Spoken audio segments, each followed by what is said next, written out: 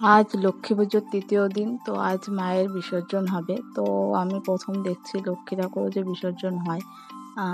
তো খারাপ লাগছে, এই কদিন এত আনন্দে কেটে গেল, বাড়িতে এত লোকজন হই হুল্লোড় করে প্রোগ্রাম টোগ্রাম হচ্ছিল, বাড়িতে লোক আসছিল, খুবই ভালো লাগছে। তো আজকে মায়ের বিদায় বেলা, মন খুবই খারাপ।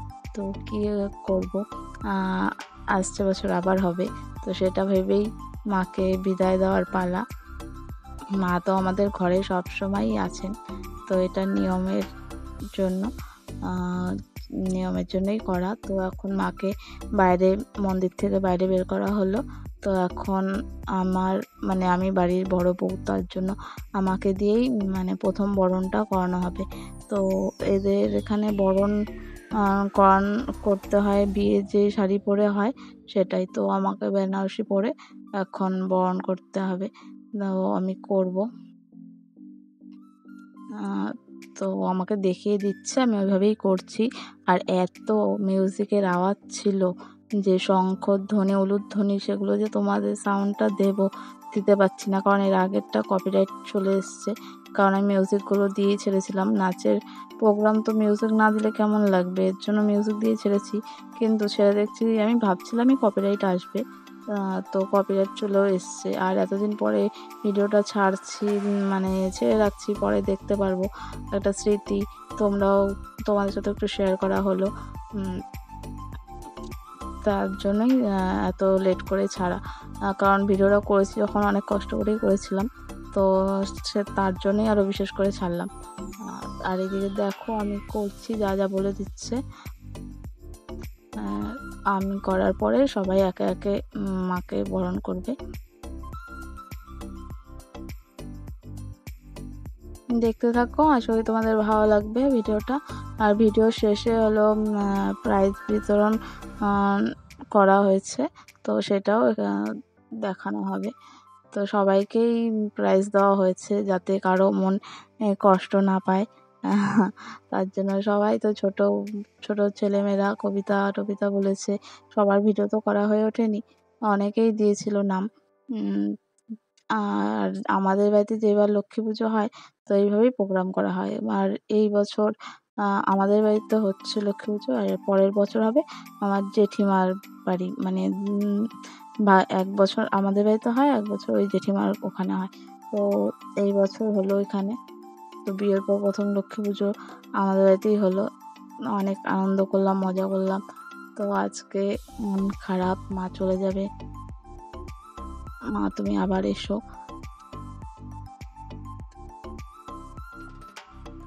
তো তোমাদের কাদের বাড়িতে এইভাবে লক্ষ্মী পুজো হয়? উত্তরবঙ্গের ওই সাইডে তো এইভাবে হয় না, আমি জানি। দক্ষিণবঙ্গে এই সব দিকে হয়তো এইভাবেই হয় পুজো। দেখতে থাকো ভিডিওটা, আশা করি তোমাদের ভালো লাগবে, শেষ পর্যন্ত দেখো।